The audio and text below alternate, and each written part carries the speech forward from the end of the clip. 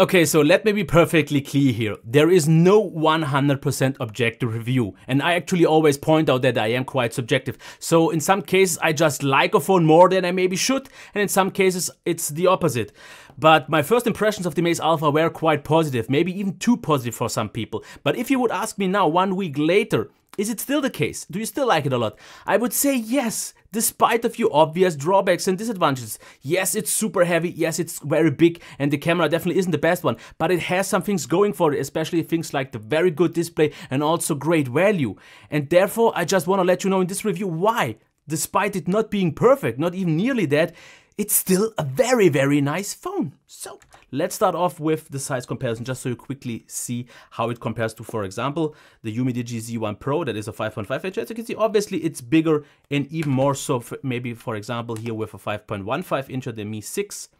But that was to be expected. So once you get that thing out of the way that you can really comfortably use this phone in one hand, then you are good to go because it has a lot of good things going on it. Let's actually cover the not that great things. First of all, the glass sticks out a little bit and therefore is a little bit rough, but that's something you will get used to. Also the bezels, because someone in my comments pointed out that it's actually not a bezel-less phone, because the one on the sides are definitely there and the one on the top isn't super small, but therefore we get quite a big one on the bottom, which kind of just rearranges the bezels. And I agree with him, I won't deny that, but I also have to say that I actually think this is a very nice approach because it gives me the illusion of having a bezel-less display, and this bigger bezel at the bottom actually makes this device a little bit more heavy towards the bottom. And even for such a very big and tall phone, it is not ever seeming like it would flip over. So I can even kind of still quite good use this in one hand. Of course, you won't reach everywhere, but I just have to give it to that. And then there are good things though. For example, the build quality. It feels super solid with the metal frame, and even the glass back mostly, maybe besides this spot, feels very solid. And it has this great premium heft that I like, because this phone feels way heavier in some way than it should, which for some people could be a deal breaker, but I like this because it just feels like you get such a high quality premium phone. Maybe that's just me, but I still can't say anything else about that. We of course have the nice curve here, which makes it feel overall very nice in the hand.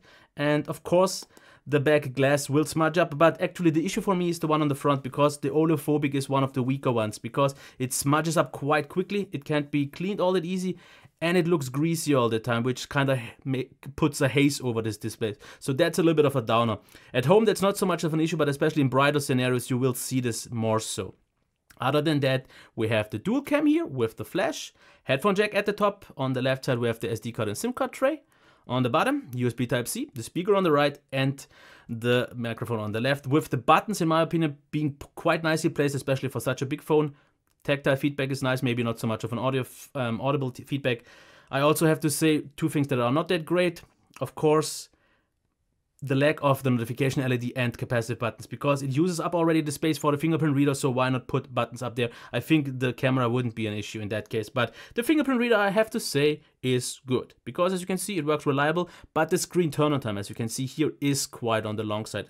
The fingerprint reader itself, reliable and quite fast, and the glass, as you can see here, is flat. Nice transition towards the side, just a little bit rough, like I said, on the back, but it feels nice, and I don't want to drag this any further. I like it a lot, especially due to that very premium hefty feel, which could be a downer though for some people. And let me actually know if you like this bezel-less approach, because some people like it, some people don't like it at all.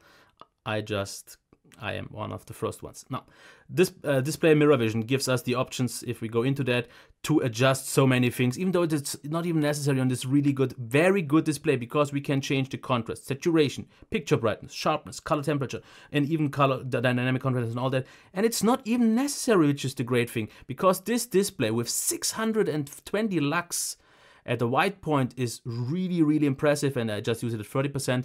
Viewing angles are maybe not the most stable ones, but in normal use, absolutely no problem. White point can be set, the black is quite good, no backlight bleed, and I like the calibration, especially since I can set it up the way I want it to.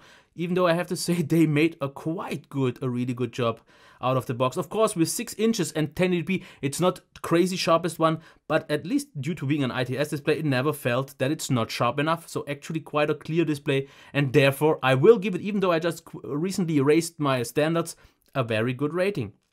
Now, what about that speaker? Let me quickly get to that one.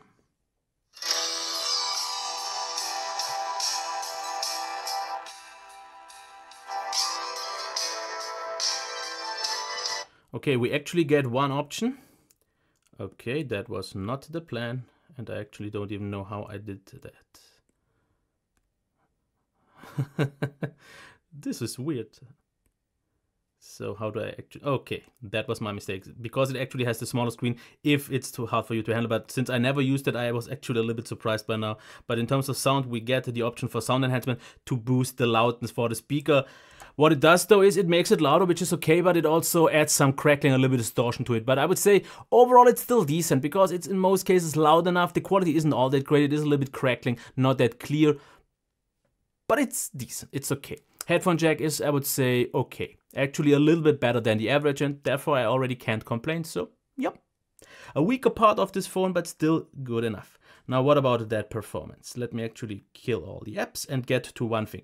Because if we get into the battery settings, you will see there is a performance mode that is called sports mode and a normal mode. I pretty much didn't use the normal mode because I've used it on another phone with a P25 Helio and I didn't really like it so much. But with the sports mode, I have to say one thing. It is definitely one of the slower devices when it comes to screen launch times because as you can see, this takes up quite a while. So it feels a little bit slow.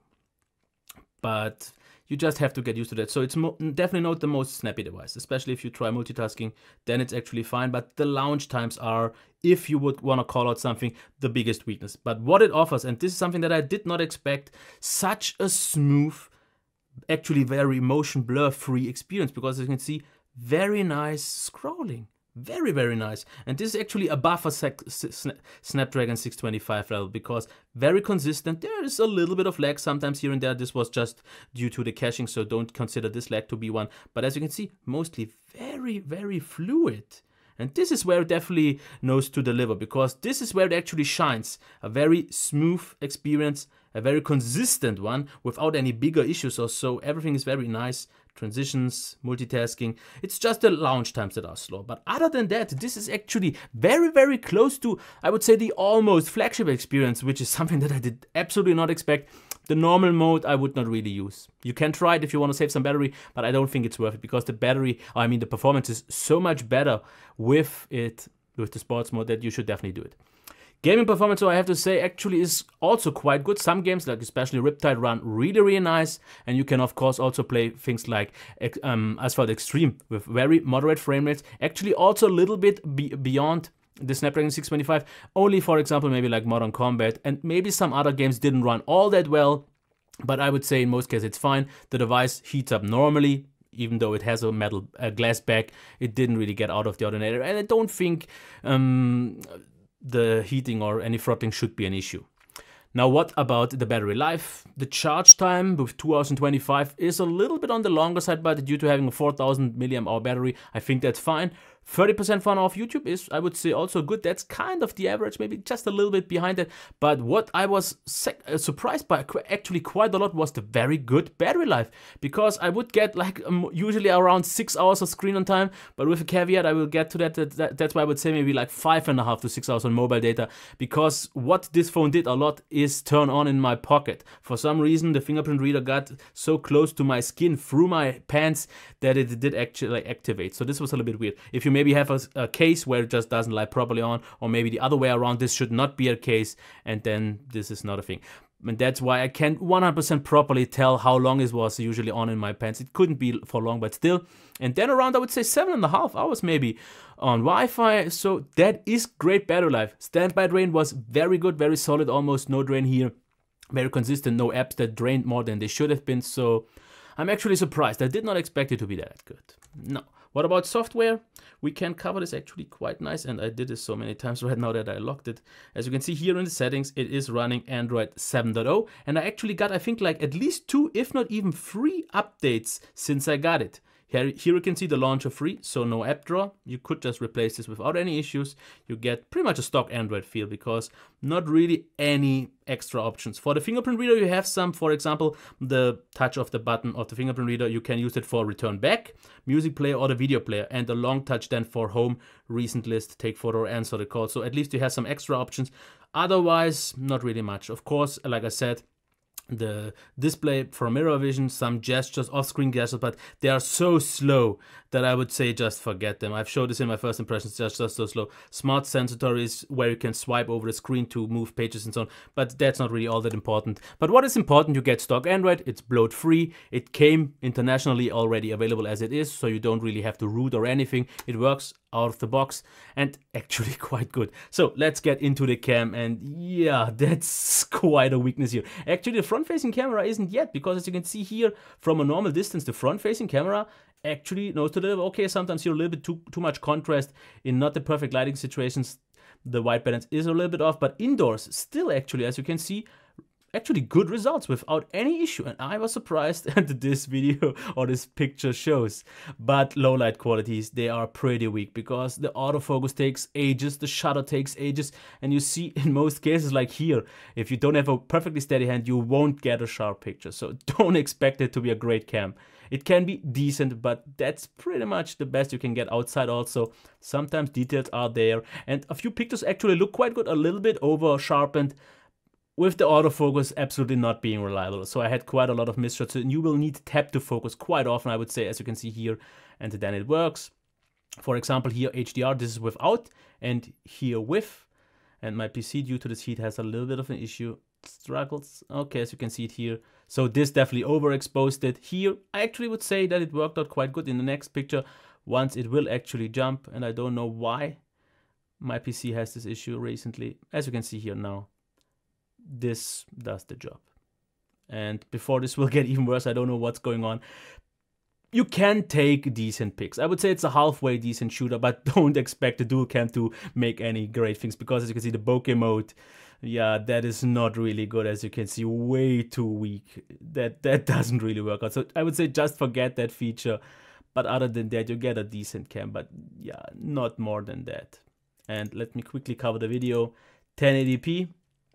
Doesn't look detailed, doesn't look sharp, and you also get a quite jumpy autofocus. As you can see here, it jumps like all the time. A little bit of blocking is there, not really so much artifacting, but we have a very nervous autofocus. Of course, it's not really, as you can see here, stabilized, so video is, I would say, barely acceptable. And where it's actually even worse is the front-facing cam, because for some reason you are limited to 480p. And yes, I almost didn't believe it, but I tried. You have 140/40 and 480, and definitely just not sharp, not nearly enough. The sound would have been fine, but I don't get why it is doing that. I absolutely have no idea. I'm a little bit baffled. So the camera definitely is the big weakness, but actually not a big issue for me. And let me get to the pros and cons to tell you a little bit more. So what we get is a really good build quality with the premium heft that I personally like a lot. I also like this bezel-less approach personally. Of course, that's subjective. Reliable fingerprint reader, not the fastest one though, in terms of screen turn-on time. A very good display, really good quality, actually very nicely calibrated. We get a decent speaker at least. A very good performance, but in sports mode. Great battery life. Also stock Android. We get at least usable cameras. They are present on this phone. A good front-facing cam, a halfway decent main cam, and the value at around $190 is really good. Now, what's not that great? It's heavy, and I really mean really heavy. The bezels for some people could just seem rearranged. That depends. Slightly sharp glass back at the edges. Not a big issue, but still something that I wanted to point out. The display gets smudgy and looks greasy due to the lack of really good oleophobic coating. The display, at least in my case, turned on quite often in the pocket, but that's in brackets because it really depends. Maybe it doesn't matter. Cameras in general aren't that great, and it usually has to be imported. Now, with all the, I would say for some people, quite important cons, why do I still say this is a good phone? Actually, a really good phone, a really nice phone. I did a phone that I can, without any issues, recommend. Now, let me try to explain this from a subjective perspective. I like the heft. It feels so premium. It feels like you get so much of a high quality phone. Big display with the bezel still, for me, giving me the illusion that it's not a big bezel. And I like the feel that it's quite bottom heavy, so it doesn't flip over. The display is really nice. Okay, the speaker does the job. The performance is really nice and smooth. I did not expect it to perform that good. This is above a 625 level, and I would say maybe at around the 653 level, actually quite close to something like an 810 or so. So this is quite close, let's say almost last year's flagship performance. The battery life is great, maybe not for everyone, but at least in my case it was. Reception, I want to point it out because a few people have asked for that. I had no Wi-Fi issues. My Wi-Fi was fast, my Wi-Fi was good, it was solid. Call quality was not that good because I was asked about that. It was quite muffled, it didn't sound clear. It was usable. And then we have a camera.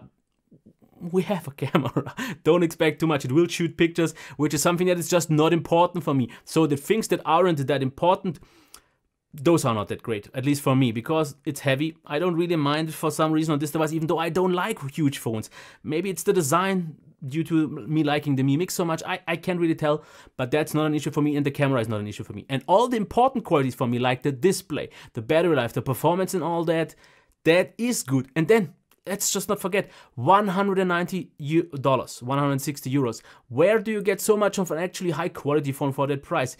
It is not easy to find that, especially if you want a big screen, because this is actually one of my most favorite big screen phones. For example, I would take this over something like a Nubia Z11 Max. Maybe not the Xiaomi Mi Max 2 because it has some other good qualities, but that's also more expensive. But it has some things that I really just like about it. And I can't really narrow it any more down than I did. I told you all the pros, I told you all the cons, and now it's for you up to decide. Because I told you my subjective opinion, I like it a lot. And I can really recommend it without any issues. If you think otherwise, let me know in the comments, because for some people, the weight, the size, the camera will be a deal breaker. Totally legit reasons, but therefore are the comments available to let me know. And otherwise, maybe a thumbs up and a subscription. But that's it. Until next time.